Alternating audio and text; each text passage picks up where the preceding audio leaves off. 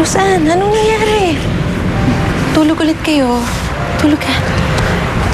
Roseanne, anong nangyari? Naginip ka? Nanaginipan ko po si Mang Paco.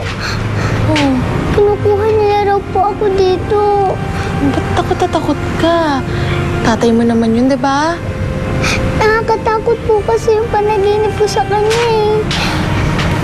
May sungay po siya. Nagdasal ka ba bago matulog? Opo.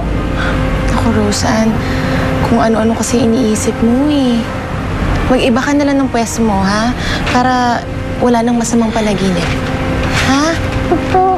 Sige, dasal ka muna.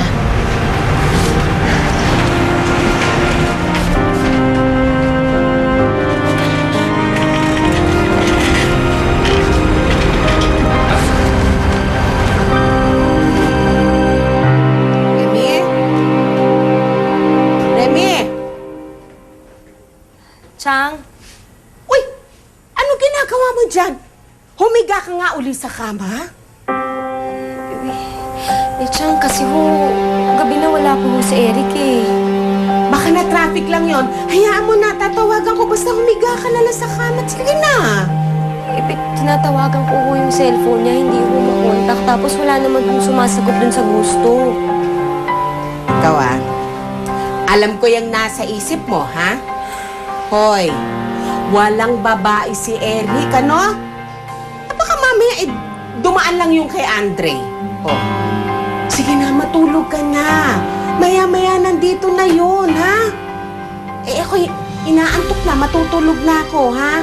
Sumigaw ka na lang kung anong kailangan mo. Opo. Itong batang ito. Kailangan mo ng kausap.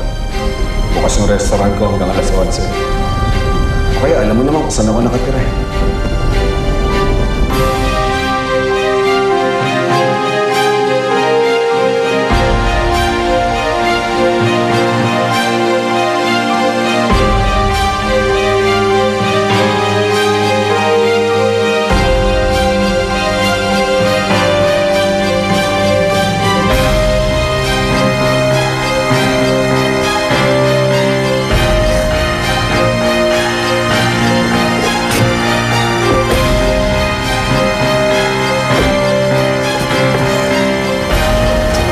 Eric!